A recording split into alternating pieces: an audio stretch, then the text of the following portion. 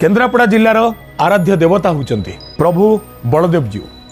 बलदेवजी को नहीं सारा केन्द्रापड़ावासींकर जेतिकी भाव प्रवणता सेतिकी भल पाइबा। केन्द्रापड़ार साहित्य संस्कृति परंपरा सबकिछि बलदेवजी को नहीं प्रभावित होइछि।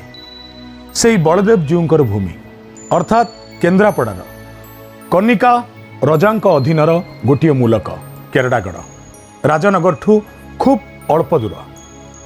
केरडागढ़ गाँव में जन्म नहीं छोट पिलाटीए बंशिया वंशीधर।